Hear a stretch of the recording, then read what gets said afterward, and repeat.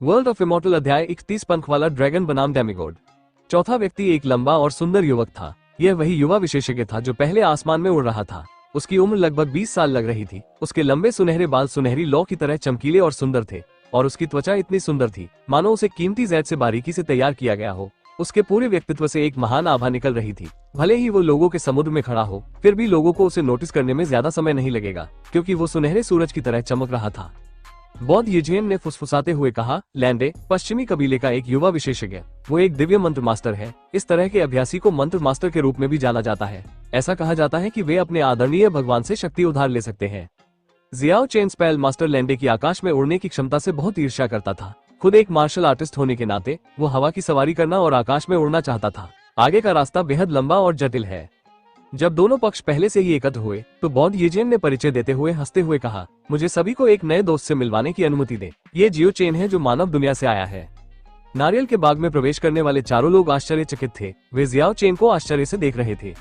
जियो chain को पता था कि उन्होंने गलत समझा है, इसलिए उसने समझाया, मैंने आयाम को विकृत नहीं किया और नहीं अकेले यहाँ आया। ये केवल एक दुर्घटना थी कि मुझे यहाँ लाया गया। जैसे ही चारों ने संक्षिप्त विवरण सुना, उनके चेहरे पर मुस्कान आ गई और वे अब जियाओ चेन पर ध्यान नहीं दे रहे थे। जाहिर है चारों को जियाओ चेन की परवाह नहीं थी। वे बौद्ध यिजेन जितने दोस्ताना नहीं थे। उन्होंने उससे एक शब्द भी कहने की जहमत नहीं उठाई। जियाओ चेन ने खुद पर मजाक करते हुए कहा, अमर लोगों की दुनिया बिल्कुल इंसानों की दुनिया जैसी ही है। बिना किसी पृष्ठभूमि के कोई भी आप पर ज्यादा ध्यान नहीं देगा। गर्जन। समुद्र की गहराई से एक कान फाड़ देने वाली ड्रैगन की दहाड़ गूंजी। वो दहाड़ गरजने की गड़गड़ाहट जैसी थी। समुद्र की लहरें हिंसक रूप से उठती गिरती हैं। समुद्र में दूर खड़े दो बड़े जहाज तेजी से टूटकर बिखर जाते हैं। वहाँ एक बहुत बड़ा ड्रैकोनिक आकार दिखाई दे रहा था। उसने जहाजों को इतनी आसानी से नष्ट कर दिया जैसे एक सूखी सड़ी हुई लकड़ी को तोड़ दिया जाता है। ये हमारे जहाज हैं, बर्बर जनजाति के युवा विशेषज्ञ कैओस ने गुस्से से चिल्लाते हुए कहा। उसके पूरे शरीर की मांसपेशियां एक साथ कसकर बंधी हुई थी। वो एक खतरनाक जानवर जैसी आभा उत्सर्जित कर रहा था। दूरी बहुत ज्यादा है, हमारे लोग शायद तट तक न पहुंच पाए। इसके बाद इस द्वीप को छोड़ना थोड़ा मुश्किल होगा। जंगल जनजाति के युवा विशेषज्ञ यालुओदे की आवाज बहुत सहज थी। उसे बिल्कुल भी चिंता नहीं लग रही थी। बौद्ध यिजेन ने समुद्र में विशाल ड्रैकोनिक आकृति को देखा और कहा, थोड़े समय बाद इस ड्रैगन द्वीप पर और भी अधिक साधक आएंगे। उस समय हम उनसे हमें सवारी देने के लिए कह सकते हैं। गर्जना गर्जना। धीरे धीरे सबको लगने लगा कि कुछ तो गड़बड़ है। 8 पंजे वाला तानाशाह ड्रैगन तो कुछ देर पहले ही समुद्र में गायब हो गया था, लेकिन बीच बीच में ड्रैगन की दहाड़ सुनाई दे रही थी। इसके अलावा वो आवाज समुद्र के उस अधिपति से थोड़ी अलग लग रही थी। सफेद कपड़े पहने बौद्ध यिजेन ने दूर आकाश की ओर अपनी उंगली उठाई और आश्चर्य से चिल्लाया, वहाँ एक विशेषज्ञ ड्रैगन के साथ कुश्ती लड़ रहा है। तट पर मौजूद कुछ युवा विशेषज्ञ अत्यंत आश्चर्यचकित थे। दूर क्षितिज पर एक ड्रैगन एक मानव आकृति के साथ भयंकर युद्ध करते हुए आकाश में चक्कर काट रहा था। समय समय पर एक चमकदार दिव्य चमक फूट रही थी। एक विशेषज्ञ जो ड्रैगन के खिलाफ लड़ने में सक्षम है, भले ही वो भगवान न हो, वे बहुत पीछे नहीं रहना चाहिए। आसमान में लड़ाई बहुत तेज थी। एक के बाद एक चमकीली किरणें फूट रही थी। एक आदमी और एक ड्रैगन दूर आसमान से धीरे धीरे द्वीप के करीब पहुंच रहे थे। अब वे लड़ाई की प्रगति को साफ साफ देख सकते थे। यह एक पंख वाला ड्रैगन है। ये 15 मीटर तक फैल सकता है। इसके पूरे शरीर पर ड्रैगन के तराजू शानदार चमक के साथ टिमटिमा रहे थे। यह एक अलौकिक दबाव उत्सर्जित कर रहा था। जैसे ही पंख वाला ड्रैगन द्वीप के करीब पहुंचा, द्वीप के सीमावर्ती क्षेत्र में जानवरों जैसी दहाड़ तुरंत धीमी हो गई। यह एक बहुत ही भयानक जानवर था। इसके ड्रैकोनिक पंखों की जोड़ी खुलने पर 30 मीटर तक फैल सकती थी। इसकी विस्तृत छाया ने बहुत बड़ी जमीन को कवर किया हुआ था। इसके फड़फड़ाते पंखों से उत्पन्न होने वाली आंधी को सतह पर भी महसूस किया जा सकता था। जियाओ चेन को सबसे ज्यादा हैरानी इस बात से हुई कि दिव्य चमक बिखेरने वाला ये चांदी का ड्रैगन अपनी दिव्य क्षमता का स्वतंत्र रूप से उपयोग करने में सक्षम था। ऐसा लग रहा था कि यह ड्रैगन बाकी सीलबंद ड्रैगन जातियों से अलग था। एक के बाद एक भयानक बिजली उसके मुंह से उन्मत्तता से निकल रही थी। बादलों की गड़गड़ाहट पूरे क्षितिज में गूंज रही थी। यह वाकई कानों को चीर देने वाली थी। भयानक बिजली की रोशनी आसमान में आपस में जुड़ गई, पूरे आसमान को भयावह बिजली से ढक दिया। इसके अलावा पंखों वाले ड्रैगन ने भी अपनी पवित्र अग्नि को लगातार छोड़ा, जिससे पूरा आकाश आग की लपटों से भर गया। ऐसा लग रहा था कि आग की लपटें शून्य को ही जला देंगी। पूरा आकाश आग के समुद्र में तब्दील हो गया, जिससे एक विशाल विस्तार में एक भयानक आभा फैल गई। मास्टर यिजेन, क्या आपने नहीं कहा था कि सभी ड्रैगन जातियों को सील कर दिया गया है? कैसे वो पंख वाला ड्रैगन अपनी दिव्य क्षमता का स्वतंत्र रूप से उपयोग कर सकता है? जियो चेन मदद नहीं कर सका और पूछा, पंखों वाला ड्रैगन? मैंने बहुत दिनों से यह नाम नहीं सुना है। मैं लगभग इसका नाम भूल ही गया हूँ। यिजेन ने आसमान में हो रही लड़ाई को देखते हुए समझाया, वर्तमान में विशाल और असीम मुख्य भूमि पर वे पहले से ही ड्रैगन जातियों का ट्रेडमार्क बन चुके हैं। आम लोग उन्हें बस ड्रैगन कहते हैं। मैं आपको बताना भूल गया, वे एकमात्र ड्रैगन जाति हैं जिन्हें सील नहीं किया गया है। वे अब मुख्य भूमि पर सबसे मजबूत प्राणियों में से एक हैं। एक पूर्ण विकसित पंख वाला ड्रैगन एक देवता जितना शक्तिशाली होता है। हालांकि उनकी आबादी वास्तव में बहुत कम है, उनका सामना करना बहुत दुर्लभ है। जियो चेन के ज्ञान के अनुसार प्राचीन ड्रैगन जाति में पंख वाले ड्रैगन सबसे मजबूत प्रजाति से बहुत दूर थे, और फिर भी उनके पास अभी भी इतनी अनुचित ताकत थी। फिर एक असली शक्तिशाली प्राचीन ड्रैगन जाति कितनी दुर्जेय होगी। लेकिन अन्य ड्रैगन जातियों को सील कर दिया गया था। एकमात्र पंख वाली ड्रैगन जाति जिसे छूट दी गई थी वो आम लोगों की नजर में ड्रैगन में बदल गई। बौद्ध येजेन ने आगे कहा, पंख वाले ड्रैगन को भी कुछ प्रकारों में विभाजित किया जा सकता है, जैसे कि black dragon, secret dragon, golden dragon इत्यादि। जाहिर है वे पश्चिमी कबीले से उत्पन्न हुए हैं। आप स्पेल मास्टर लैंडे से पूछ सकते हैं। निश्चित रूप से उसे मुझसे ज्यादा जानकारी होनी चाहिए। सुनहरे बालों वाला युवक लैंडे बहुत सुंदर था। वो सुनहरे सूरज की तरह चमक रहा था। उसकी नीलम रंग की आंखों ने जियाओ चेन को एक नजर देखा, शायद इसलिए कि आकाश में लड़ाई बहुत आकर्षक थी, या उसने सोचा कि जियाओ चेन को समझाने में समय बर्बाद करना उचित नहीं था। उसकी अभिव्यक्ति कुछ हद तक ठंडी थी। पवित्र ड्रैगन से लड़ने वाली मानव आकृति वास्तव में एक पतित देवदूत है। जंगल जनजाति के यालुओ ने अनायास ही चिल्लाकर कहा, पतित देवदूत कुछ शताब्दियों से अधिक समय से दुनिया में प्रकट नहीं हुए थे। मुझे उम्मीद नहीं थी कि हम यहाँ उनकी आकृति की एक झलक देख पाएंगे। पवित्र ड्रैगन का विशाल शरीर शुरू से अंत तक पवित्र चमक से झिलमिला रहा था, और उससे लड़ने वाली मानव आकृति काले कोहरे से ढकी हुई थी। अब जाकर जमीन पर मौजूद कुछ लोगों को उसका असली शरीर साफ साफ दिखाई दिया। उसके लंबे काले बाल झरने की तरह लहरा रहे थे। यद्यपि वे उसका रूप स्पष्ट रूप से नहीं देख पा रहे थे, फिर भी उसका शैतानी रूप सचमुच अत्यधिक आकर्षक था। उसके खूबसूरत शरीर का आधा हिस्सा नंगा था और दूसरा आधा हिस्सा लगभग पारदर्शी काले कपड़े से ढका हुआ था। उसकी उभरी हुई दो चोटियां, उसकी पतली कमर, उसके बिल्कुल गोल नितंब, उसकी पतली बर्फ जैसी सफेद टांगे, उसकी खूबसूरती दुनिया से बाहर थी। उसे देखने वाले सभी जीवित प्राणी उल्टे हो जाते थे। बेशक जिस चीज ने सबसे ज्यादा ध्यान खींचा वो थी उस परी की सुंदर और नाजुक पीठ। दरअसल उसकी पीठ से काले पंखों की एक जोड़ी निकल रही थी। जैसे जैसे वो काली चमक की लहरें छोड़ रही थी, आकाश में एक शक्तिशाली ऊर्जा का उतार चढ़ाव हो रहा था। इसने वास्तव में उस पर सीधे आ रही गड़गड़ाहट और भड़की हुई लपटों को बुझा दिया। फॉलनर एंजल की ताकत बहुत ही भयानक थी, साथ ही उसका आसन भी बहुत सुंदर था। भले ही वो एक भीषण लड़ाई के बीच में थी, लेकिन जिस तरह से उसने विभिन्न प्रकार की लड़ाई शैलियों को जोड़ा, वो एक सुंदर काले हंस की तरह था जो आकाश में शान से नाच रहा था। विशाल पवित्र ड्रैगन वास्तव में लड़ाई पर हावी नहीं था। इसके विपरीत इसे सुंदर फॉलनर एंजल द्वारा दबाया जा रहा था। उसके पतले पतले सफेद हाथों की जोड़ी ने एक विशाल 10 मीटर लंबी ऊर्जा वाली तलवार पकड़ी हुई थी। एक काला कोहरा छा गया, तलवार की किरण अचानक फट गई, जिससे पूरा आकाश रोशन हो गया। अध्याय 32 अमर प्राणियों की वास्तविक दुनिया। पवित्र ड्रैगन लगातार अपना जादू चला रहा था। एक के बाद एक चमकदार चमक आसमान में चमक रही थी। उसी समय उसके पंख दो विशाल दिव्य तलवारों की तरह हवा में लंबवत वार कर रहे थे, जो खुद को गिरे हुए देवदूत के खिलाफ खड़ा कर रहे थे। एक भयानक शक्ति हिंसक रूप से उतार चढ़ाव कर रही थी। जमीन पर हर कोई स्पष्ट रूप से महसूस कर सकता था कि यह निश्चित रूप से एक शानदार लड़ाई थी। धीमी आवाज में बौद्ध येजेन की व्याख्या सुनने के बाद जियो चेन ने इन पतित स्वर्गदूतों की परिस्थितियों को मोटे तौर पर समझ लिया था। फॉलनर एंजल्स एक प्राचीन जाति थी जिसकी ताकत लगभग देवताओं के बराबर थी। भले ही उनकी आबादी फीनिक्स पंख और गेंडा सीन जितनी दुर्लभ थी, लेकिन उनकी सैन्य शक्ति अतुलनीय रूप से मजबूत थी। उनमें से कुछ विशेषज्ञों को एक सम्मानित देवता भी माना जा सकता है। अमरों की दुनिया में कई कमजोर जातियों ने उनके साथ ऐसा व्यवहार किया मानो वे देवता हों। इससे कुछ विदेशी जनजातियों के सम्मानित देवताओं को थोड़ी निराशा हुई। अफवाह है कि वे लगभग समाप्त हो चुके थे। मुख्य भूमि पर उनके प्रकट हुए कुछ सदियां बीत चुकी हैं। एक प्राचीन देववंश। जियो चेन ने जितना अधिक सीखा, अमर लोगों की दुनिया उसे उतनी ही रहस्यमय प्रतीत हुई। दो देवता समान अस्तित्व के बीच लड़ाई वास्तव में इतनी तीव्र है, बौद्ध येजेन गहराई से भावुक हो गया। जंगल ट्राइब की युवा विशेषज्ञ यालुओ ने आश्चर्य से कहा, पवित्र ड्रैगन स्पष्ट रूप से फॉलनर एंजल के सामने कोई मुकाबला नहीं है। उसकी रणनीति वास्तव में बहुत क्रूर है। यह वो थी जिसने पवित्र ड्रैगन को यहाँ मजबूर किया। शायद वो उसे ड्रैगन द्वीप पर निर्वासित करना चाहती थी। बर्बर जनजाति के 3 मीटर लंबे युवा विशेषज्ञ कैओस ने सहमति में सिर हिलाया और कहा, यही होना चाहिए। भले ही विंग ड्रैगन जाति को सील नहीं किया गया हो, जब तक वे ड्रैगन द्वीप में गिरते रहेंगे, वे अपनी दिव्य क्षमता भी हमेशा के लिए खो देंगे। दहाड़ पवित्र ड्रैगन लगातार गुर्राता रहा। अंत में ये वास्तव में एक मानव शरीर में बदल गया। पूरे आकाश में फैले चमकदार कोहरे को पार करते हुए ये चमकीले कोहरे के भीतर गिरे हुए देवदूत के साथ एक भयंकर लड़ाई में शामिल हो गया। ऊर्जा के भयानक उतार चढ़ाव ने हर दिशा को घेर लिया। ऐसा लगता है कि ड्रैगन द्वीप पर मौजूद कई ड्रैगन ने आखिरकार गड़बड़ी को नोटिस किया। द्वीप की गहराई से ड्रैगन की दहाड़ सुनी जा सकती थी। अंत में पवित्र ड्रैगन को अपने विशाल ड्रैकोनिक शरीर में वापस लौटने के लिए मजबूर होना पड़ा। ड्रैगन द्वीप की ओर गिरते समय उसने एक अत्यंत क्रोधित दहाड़ लगाई। उसके पंखों की जोड़ी गिरे हुए एंजल की विशाल ऊर्जा तलवार से घायल हो गई। उसी समय उसके शरीर पर एक बड़े पैमाने पर डार्क एनर्जी हमला हुआ। इस लड़ाई का समापन इस प्रकार हुआ। लड़ाई को देखने वाले कुछ लोगों को पता था कि एक बार पवित्र ड्रैगन द्वीप में प्रवेश कर गया तो वह अपनी दिव्य क्षमता हमेशा के लिए खो देगा। अब से वो अपनी दिव्यता खो देगा और अपने पशुवत स्वभाव को और अधिक प्रदर्शित करेगा। फॉल्नर एंजल ने भी ड्रैगन द्वीप के पास जाने की हिम्मत नहीं की। जीत हासिल करने के बाद वो काली रोशनी में बदल गई और क्षितिज से परे गायब हो गई।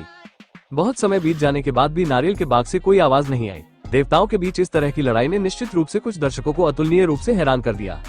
जंगली जनजाति कैओस से स्टील जैसे शरीर वाले लंबे और मजबूत विशेषज्ञ ने सबसे पहले बात की, डेमिगॉड वास्तव में डेमिगॉड है। उसके बाद उसने यान किंग चेंग, लैंडे और यीजेन का सामना किया और उन तीनों से कहा, चूंकि सभी पहले से ही ड्रैगन द्वीप पर सुरक्षित और स्वस्थ पहुंच चुके हैं, इसलिए हम अब से अलग अलग रास्ते पर जाएंगे। मैं यालुओ डे के साथ जाऊंगा। जंगल जनजाति के विशेषज्ञ यालुओ डे ने यान किंग चेंग और अन्य दो का सामना करते हुए अपना सिर थोड़ा हिलाया। फिर उसने कैओस के साथ द्वीप की गहराई की ओर बड़े कदम बढ़ाए। एक 3 मीटर लंबा था और एक विशालकाय बंदर की तरह मजबूत दिख रहा था, जबकि दूसरे का शरीर एक विलो पेड़ की तरह नाजुक था। यह एक बहुत ही विचित्र संयोजन था, लेकिन बर्बर जनजाति और जंगल जनजाति कई पीढ़ियों से घनिष्ठ मित्र थे। इसके अलावा उनकी क्षमता में बहुत अधिक संगतता है, इसलिए अगर वे एक साथ चलते हैं तो भी यह अजीब नहीं लगता। जियो चेन ने खुद पर ठहाका लगाते हुए हंसा, जो दोनों अभी गए थे। ऐसा लग रहा था कि उन्होंने उसे पूरी तरह से नजरअंदाज कर दिया था। पश्चिमी जादू मास्टर लैंडे, जो सुनहरे सूरज की तरह उज्जवल था, ने बौद्ध यीजेन का सामना किया और एक हल्की मुस्कान के साथ कहा, मास्टर यीजेन, मैंने परी किंग चेंग के साथ एक पार्टी बनाने का फैसला किया है। क्या आप हमारे साथ शामिल होंगे? अद्वितीय यान किंग चेंग ने भी एक ऐसी मुस्कान दिखाई जो हर जीवित चीज को पागल करने के लिए पर्याप्त थी, जब उसने कहा, वरिष्ठ भाई यीजेन, यदि आप हमारे साथ जुड़ते हैं तो हम तीनों को निश्चित रूप से बहुत लाभ होगा। बौद्ध यीजेन बौद्ध धर्म के गुट से आते थे।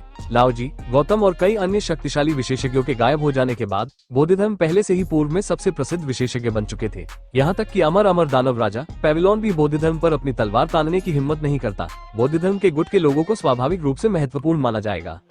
हे, कोई जरूरत नहीं। मेरा कोई बड़ा भाई भी ड्रैगन द्वीप पर आ सकता है। बेहतर होगा कि मैं पहले कुछ दिनों के लिए तट पर उसका इंतजार करूं। अगर ऐसा है तो हम पहले आगे बढ़ेंगे। लैंडे और यान किंग चेंग ने यीजेन की ओर हाथ हिलाया और नारियल के बाग की गहराई में गायब हो गए। ऐसा लग रहा था कि वे जियाओ चेन के अस्तित्व के बारे में भूल गए थे। जियो चेन ने बिना कुछ कहे सिर्फ खुद पर ही हंसा। असल में ताकत ही सब कुछ दर्शाती है।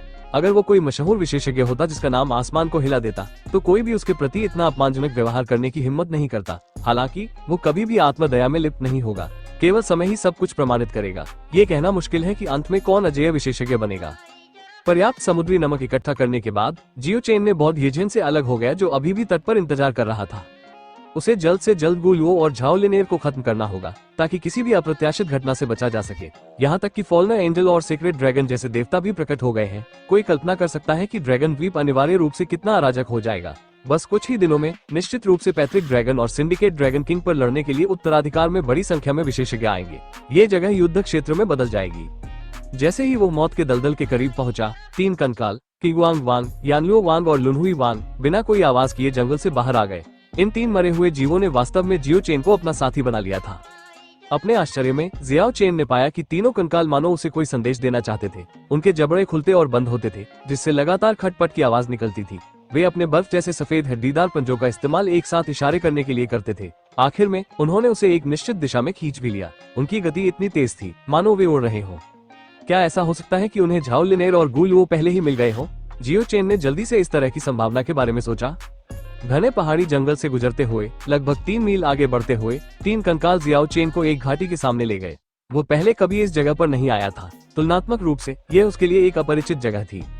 घाटी के आसपास भले ही जंगल बहुत घना था, लेकिन शायद ही कोई खूंखार जानवर घूमता हो। अपने सामान्य ज्ञान पर भरोसा करते हुए जियो चेन ने निष्कर्ष निकाला कि कोई भयानक जानवर आसपास ही रहता होगा। अपने आसपास का सावधानीपूर्वक सर्वेक्षण करने के बाद उसने घाटी के बाहर काफी सारे पंजे के निशान देखे। वे एक ड्रैगन के पंजे के निशान लग रहे थे।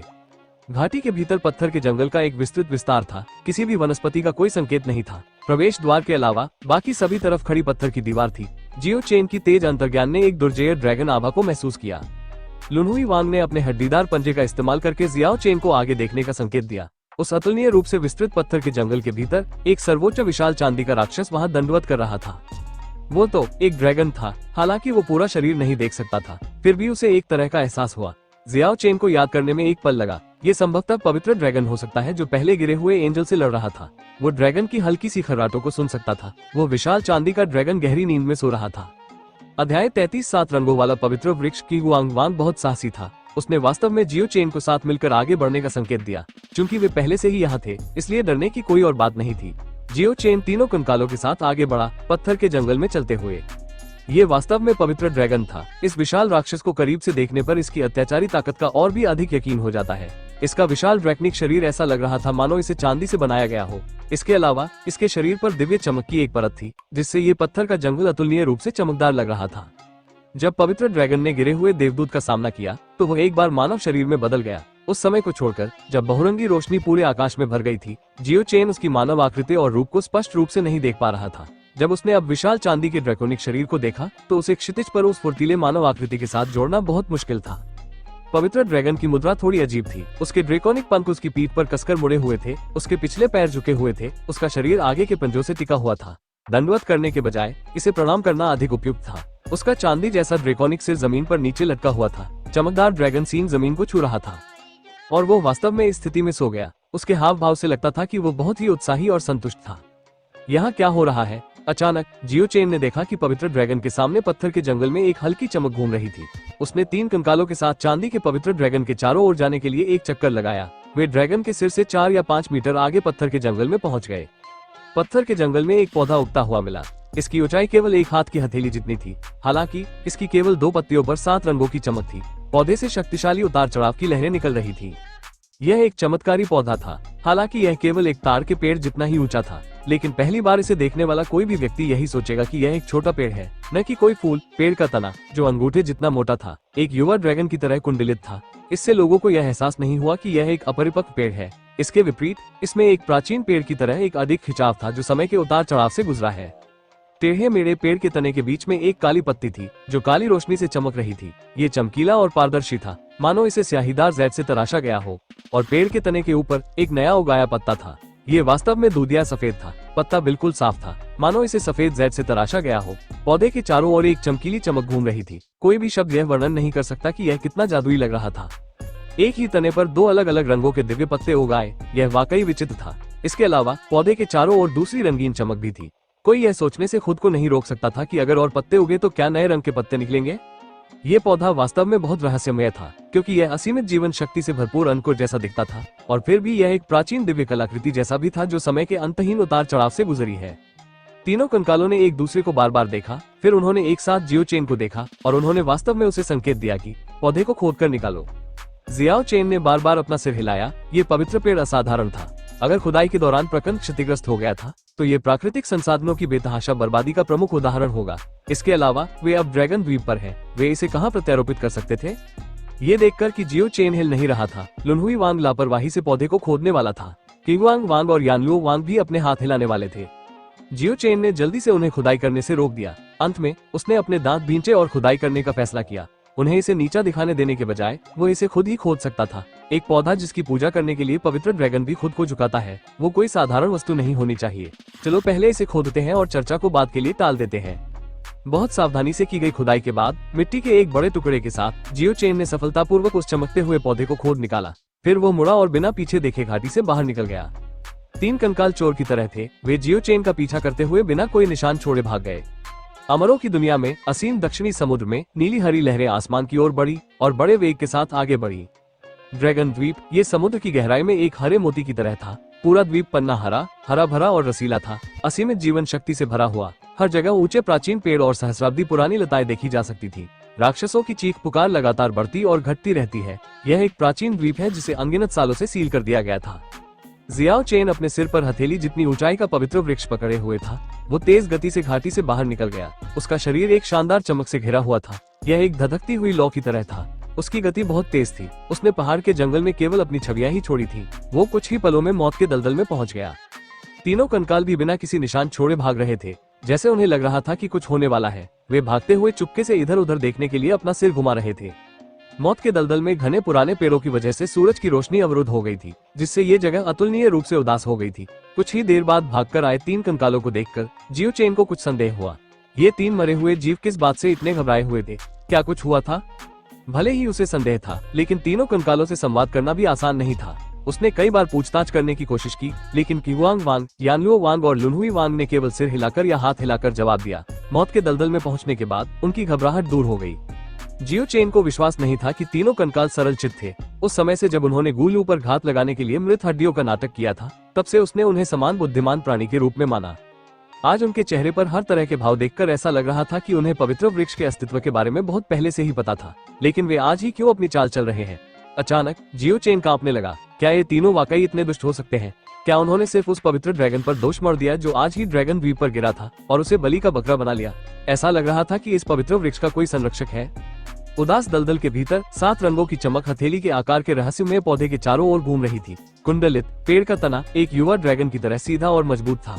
अलग अलग रंगों के 2 क्रिस्टल स्पष्ट जैड पत्ते दिव्य चमक के साथ चमक रहे थे। अब सबसे महत्वपूर्ण हिस्सा, इस दिव्य अंकुर को रोपने के लिए एक उपयुक्त स्थान ढूंढना है। अगर वे इस तरह की दिव्य कलाकृति को मुरझाने और मरने देते हैं तो यह वास्तव में एक पाप होगा। हालांकि एक उपयुक्त स्थान कहाँ होगा? जियाओ चेन ने पाया कि इसे पूरा करना बहुत मुश्किल काम था। मौत का दलदल घनी नकारात्मक ऊर्जा से भरा हुआ था। इसके अलावा रात होने पर पूरे दलदल में धुआं फैल जाता है। ये जगह बहुत अनुपयुक्त थी। तीनों कंकाल जियाओ चेन के इर्द गिर्द इकट्ठे हुए। वे इस पवित्र पेड़ में बहुत रुचि रखते थे। हड्डीदार पंजे एक साथ आगे बढ़े। वे वास्तव में स्याहीदार जैड पत्ती को तोड़ना चाहते थे। जियाओ चेन ने जल्दी से उन्हें रोक दिया। वे वास्तव में नहीं जानते कि चीजों का संयम से उपयोग कैसे किया जाए। ये 3 कंकाल वास्तव में किसी को कुछ हद तक अवाक कर देते हैं। जैसे कि उन्हें पता था कि जियाओ चेन इस बात को लेकर चिंतित था कि पवित्र पेड़ कहाँ लगाया जाए। लुनहुई वांग ने अपनी आस्तीन खींची और जियाओ चेन को दलदल में उसका पीछा करने का संकेत दिया। जब तक वे एक छिपे हुए स्थान पर नहीं पहुंच गए, तब तक तीनों कंकालों ने लापरवाही से एक विशाल पेड़ की ओर इशारा किया। फिर उन्होंने दिव्य अंकुर की ओर इशारा किया। ये देखकर कि जियाओ चेन को कुछ समझ नहीं आया, किवांग वांग ने जियाओ चेन का हाथ खींच लिया, जिससे उसने पवित्र पेड़ को विशाल पेड़ पर चिपका दिया। इस समय कुछ आश्चर्यजनक हुआ। पौधे की क्रिस्टल साफ जड़ें अपने आप ही उस मिट्टी से बाहर निकल आई जिसे जियाओ चेन ने पकड़ रखा था। उसके बाद उसने वास्तव में एक उज्जवल चमक उत्सर्जित की और विशाल पेड़ के तने में जड़ें जमा ली। अब जियाओ चेन को पक्का पता है कि इन तीनों कंकालों ने इस पौधे को पहले भी देखा होगा, वरना वे इसके जादुई गुणों के बारे में इतना कैसे जान पाते। रंग बिरंगी चमक चारों ओर फैल गई। घने राक्षसी आभा अब उदास जंगल में मौजूद नहीं थी। एक ताड़ के आकार के पौधे ने वास्तव में इस जगह को रोशन कर दिया। और ठीक इसी समय कुछ मील दूर से एक भयानक दहाड़ की आवाज सुनाई दी। जियाओ चेन एक विशाल प्राचीन पेड़ के मुकुट के ऊपर से कूद गया ताकि दूर के स्थान का निरीक्षण कर सके। उसने पाया कि आवाज की उत्पत्ति वास्तव में उस घाटी से थी जहां उन्होंने पहले पौधे की खुदाई की थी। ऐसा लग रहा था कि पवित्र ड्रैगन किसी मुसीबत में पड़ गया था। ड्रैकोनिक दहाड़ आसमान को चीरती हुई जा रही थी। मौत के दलदल में तीनों कंकाल आपसी समझ से जल्दी ही एक दूसरे से अलग हो गए। वे दलदल में सफेद हड्डियों के ढेर के पास आराम से लेटे रहे, 1 इंच भी नहीं हिले। ऐसा अभिनय कर रहे थे मानो वे सिर्फ साधारण कंकाल के अवशेष हो। ये सब देखकर जियाओ चेन अवाक रह गया। ये तीनों कंकाल वास्तव में मृत होने का नाटक कर रहे थे। साथ ही ये स्पष्ट हो गया कि उसकी अटकलें सही थी। तीनों कंकालों को पहले से ही दिव्य अंकुर के अस्तित्व के बारे में पता था। ऐसा लगता है कि उन्होंने वास्तव में इस बार बलि का बकरा के रूप में पवित्र ड्रैगन का इस्तेमाल किया था। ये 3 भयावह कंकाल वास्तव में साजिश कर रहे थे। अध्याय 34 चमत्कारपूर्ण। वहाँ की घाटी से एक गगनभेदी गर्जना फैलती है। भले ही पवित्र ड्रैगन ने अपनी दिव्य क्षमता खो दी हो, फिर भी वो इस द्वीप पर भी एक शक्तिशाली जानवर है। अगर वो पहाड़ी जंगल में वाकई पागल हो जाता तो घाटी को नष्ट करना एक आसान काम था। अब उसकी स्थिति की कल्पना करना मुश्किल है। एक शानदार चांदी जैसी रोशनी आसमान में उड़ी। पवित्र ड्रैगन घाटी से बाहर उड़ गया और क्रोध में दहाड़ते हुए पहाड़ के जंगल के ऊपर मंडराता रहा। ऐसा लग रहा था कि वो कुछ खोज रहा था, क्योंकि वो लगातार नीचे की ओर झपट्टा मार रहा था, अपनी बड़ी छाया सतह पर डाल रहा था। अपने विशाल ड्रैगन पंखों की जोड़ी का उपयोग करते हुए, जो दिव्य तलवारों की तरह थे, वो पहाड़ी जंगल में उड़ गया। एक पल में जंगल का एक बड़ा क्षेत्र नष्ट हो गया, जिससे सभी प्रकार के जीव भाग गए और उन्माद में चिल्लाने लगे। अंत में वो मौत के दलदल के ऊपर पहुंच गया। क्रोध की गर्जना लगातार गूंजती रही। उसके विशाल ड्रैकोनिक शरीर ने तूफान की लहर पैदा कर दी। तूफान ने विशाल पेड़ों को हिला दिया और दलदल में पत्तियों को बेतहाशा नाचने पर मजबूर कर दिया। हालांकि ये यहाँ ज्यादा देर तक नहीं रुका और दूर की जगह की ओर तेजी से चला गया। जियो चेन ने यानलुओ वांग और किवांग वांग को धकेलने के लिए अपनी पूरी ताकत लगाई। हालांकि वे अभी भी 1 इंच भी आगे नहीं बढ़ रहे थे। जमीन पर मृत पड़े 3 कंकाल सामान्य कंकालों की तरह लग रहे थे। काफी समय बाद जब इस क्षेत्र ने आखिरकार अपनी पूर्व शांति वापस पा ली, तब जाकर तीनों कंकाल डरकर बैठ गए। अपने जोड़ों को फैलाने के बाद तीनों कंकाल विशाल वृक्ष को घेर कर बैठ गए। उन्होंने अपने सिर ऊपर उठाकर उस छोटे पवित्र वृक्ष को देखा जो विशाल वृक्ष से जुड़ा हुआ था। उनकी खोपड़ी में आध्यात्मिक रोशनी लगातार चमक रही थी। अंत में पवित्र वृक्ष से निकलने वाली चमक वास्तव में उनकी आंखों के गड्ढों में प्रवाहित हुई। दिव्य अंकुर के चारों ओर 7 रंग की चमक थी। हालांकि 3 कंकालों ने केवल उस काली चमक को अवशोषित किया जो क्रिस्टल साफ स्याहीदार जैड पत्ती से निकल रही थी। वे स्याहीदार जैड पत्ती के चारों ओर घूम रही चमक को अवशोषित करने के लिए कड़ी मेहनत कर रहे हैं। वो सचमुच एक पवित्र वृक्ष था। जियो चेन मन ही मन आश्चर्यचकित था। उसने चमकदार चमक को अवशोषित करने की कोशिश करने के लिए अपनी गुप्त तकनीक का संचालन भी शुरू कर दिया। एक पल के लिए रंगीन चमक शानदार ढंग से जगमगा उठी। चमकदार कोहरा घना हो गया, उदास दलदल को रोशन कर दिया। 2 जैड पत्तियों के ऊपर दूधिया सफेद प्रकाश किरण और काली रोशनी एक साथ मिल गई और जियो चेन के शरीर के हर हिस्से में पानी की लहर की तरह प्रवेश कर गई। कोमल दिव्य धुंध के 2 हिस्से ने उसे घेर लिया। वो सिर से पैर तक आरामदायक गर्मी महसूस कर रहा था। उसका पूरा शरीर अतुलनीय रूप से आराम महसूस कर रहा था। ऐसा लग रहा था जैसे उसके आंतरिक अंग, मांस और हड्डियां दिव्य बपतिस्मा से गुजर रही हो। सबसे शुद्ध ऊर्जा धीरे धीरे उसके पूरे शरीर के चारों ओर घूम रही थी। जियो चेन और तीनों कंकालों ने खुद को किसी तरह की शानदार और रहस्यमयी सीमा में डुबो लिया। उन्होंने धीरे धीरे और प्रभावी ढंग से शुद्ध ऊर्जा खींची। ये तब तक चला जब तक कि चमक धीरे धीरे मंद नहीं हो गई। केवल पानी जैसी रोशनी की लहर के धीरे धीरे कम होने के बाद ही वे सभी क्रमशः जाग गए। बहुरंगी रोशनी अभी भी पौधे के चारों ओर घूम रही थी। हालांकि जिस विशाल पेड़ पर उसने जड़ें जमाई थी वो पहले ही मर चुका था।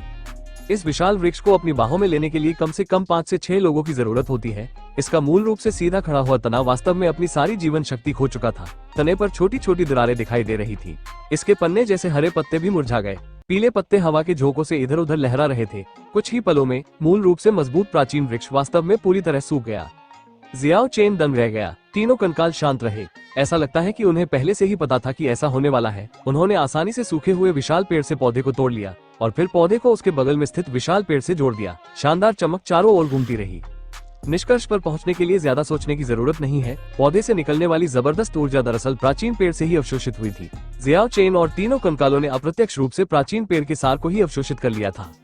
कितना चमत्कारी और डरावना पौधा। तीनों कंकाल ऐसे लग रहे थे जैसे वे अभी भी स्याहीदार जैद पत्ती से काली चमक को अवशोषित करना जारी रखना चाहते थे। जियो चेन ने उन्हें रोक दिया। वो अब तीनों कंकालों को एक ऑपरेशन करने के लिए लाने की तैयारी कर रहा है। वे गुलवो और झाओ लिनेर के साथ मामलों के बारे में बहुत अधिक समय बर्बाद नहीं कर सकते। उन्हें जल्द से जल्द इसे सुलझाना चाहिए। पौधे को दलदल के भीतर एक अंधेरी जगह में छिपाकर जियो चेन 3 कंकालों के साथ चल पड़ा। घने जंगल में वानरों की चीखें गूंज रही थी। हर जगह खूंखार जानवर दिखाई दे रहे थे। ये भयानक द्वीप खतरों से भरा हुआ था। उसने जो दिशा बताई थी उसके अनुसार जियो चेन और गिरोह आगे बढ़ गए। हालांकि आधे दिन बाद भी उन्हें कोई सुराग नहीं मिला। दोपहर में जब वे एक पर्वत श्रृंखला से गुजरे तो उनके सामने पानी की गड़गड़ाहट की आवाज सुनाई दी। पहाड़ से एक बड़ा झरना गिर रहा था जो आकाशगंगा जैसा दिख रहा था। बहुत ज्यादा सफेद पानी की परत नीचे लटक रही थी जिससे कान फाड़ देने वाली आवाज आ रही थी। पहाड़ के आधे रास्ते पर हवा में धुंध की एक मोटी परत फैली हुई थी। यह एक बेहद शानदार नजारा था। लोग प्रशंसा से अपने आप को रोक नहीं पाए। सीलवन ड्रैगन द्वीप पर कई परिदृश्य असाधारण रूप से सुंदर थे। जब वे झरने के पास पहुंचे तो जियो चेन ने 2 परिचित आकृतियां देखी। असाधारण रूप से आकर्षक यान किंग चेंग राजसी झरने के सामने खड़ी थी। वो हल्के नीलम के कपड़े पहने हुए थी। यह अवर्णनीय रूप से स्टाइलिश और सुरुचिपूर्ण था। ऐसा लग रहा था जैसे उसका असाधारण सुंदर रूप सीधे किसी काल्पनिक सपने से आया हो। और वो दिव्य जादू मास्टर लैंडे, शानदार सुनहरे बालों से भरे सिर के साथ पूरा व्यक्ति एक चमकदार सूरज की तरह लग रहा था। ये बात अनकही नहीं रह सकती थी। इन दोनों लोगों की शक्ल सूरत असाधारण थी। उनके चेहरे के भाव अलौकिक थे। वे एक आदर्श जोड़ी लगते थे। धीरे धीरे पानी की बूंदें नीचे की ओर बह रही थी। जियाओ चेन ने अपने कदम रोक दिए। तीनों कंकाल उसके पीछे जंगल में छिपे हुए थे। जाहिर है वे आगे के खतरों को भांप सकते थे। जाहिर है यान किंग चेन जो चट्टान के ऊपर खड़ी थी उसने पहले ही जियाओ चेन को देख लिया था। वो बहती धुंध के नीचे बेहद खूबसूरत लग रही थी। हालांकि जैसे ही उसने जियाओ चेन को देखा उसका चेहरा तुरंत विकृत हो गया। उसने ऐसा जानबूझकर नहीं किया। ये सीधे उसके दिल से निकली प्रतिक्रिया थी। इस झरने के सामने जहाँ कोई अजनबी नहीं था उसे अपनी अंतरतम भावनाओं को छिपाने की जरूरत नहीं थी। हर किसी को अपनी जगह पता होनी चाहिए। अपनी सीमाओं के भीतर रहकर ही कोई बच सकता है। पैट्रिक ड्रैगन और सिंडिकेट ड्रैगन ऐसी चीज नहीं है जिसके लिए हर कोई लड़ सके। यान किंग चेन की आवाज का लहजा बहुत सुंदर था। हालांकि उसकी आवाज बहुत ठंडी थी। विश्वस्तरीय सुंदरता से तिरस्कृत होने के कारण जियाओ चेन भी अपना शांत भाव बनाए रखने में सक्षम नहीं था। विरोधी पक्ष के शब्दों में हत्या के इरादे का संकेत था। इससे उसे अपमानित महसूस हुआ। अगर संभव हो तो वो वास्तव में अपनी तलवार को आगे बढ़ाना चाहता था। हालांकि वो कोई अशिष्ट व्यक्ति नहीं था, नहीं वो कोई गुस्सैल नौजवान था। वास्तविक दुनिया में भले ही आप इसे और बर्दाश्त न कर सके, फिर भी आपको सहना ही पड़ता है। अब भावनाओं को अपने निर्णयों को प्रभावित करने देने का समय नहीं है। अमर की दुनिया में आने के बाद से उसे एक के बाद एक दुश्मन नहीं बनाने चाहिए। सबसे महत्वपूर्ण बात यह थी कि उसके पास एक साथ 2 विशेषज्ञों से लड़ने की क्षमता नहीं थी। मुझे न तो पैट्रिक ड्रैगन में और न ही सिंडिकेट ड्रैगन में कोई दिलचस्पी है। मैं तो बस द्वीप के चारों ओर नजर रख रहा हूँ। अगर इस द्वीप से कोई जहाज रवाना होता है तो मैं उसी के अनुसार निकलूंगा।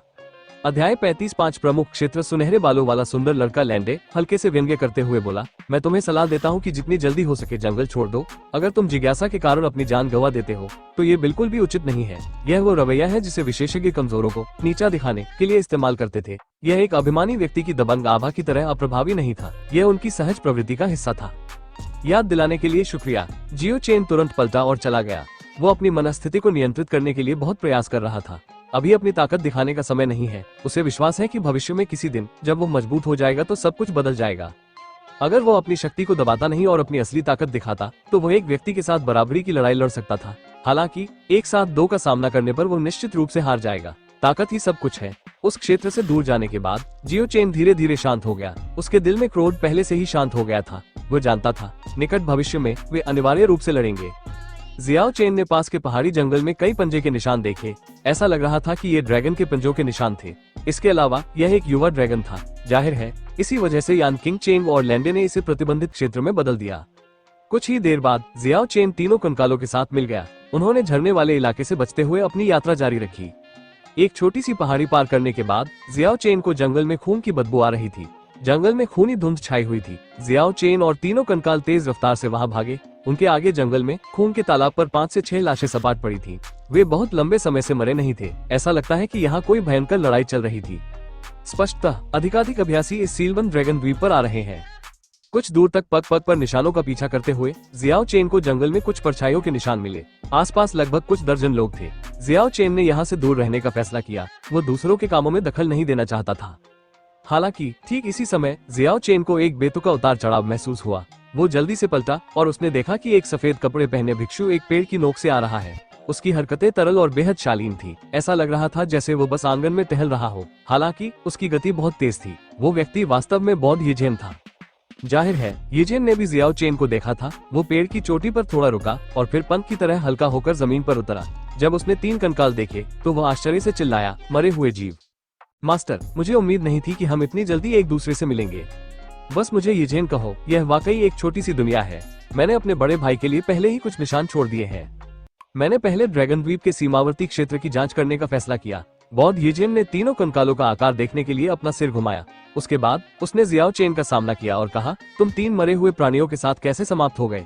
भले ही मुख्य भूमि पर अभ्यासी अब उन्हें ऐसे प्राणी के रूप में नहीं मानते हैं जिन्हें समाप्त किया जाना चाहिए, फिर भी आम लोगों और अधिकांश विशेषज्ञों के लिए मरे हुए प्राणियों के साथ दोस्ती करना बहुत कठिन है। उनके साथ रहने से कुछ असुविधा हो सकती है।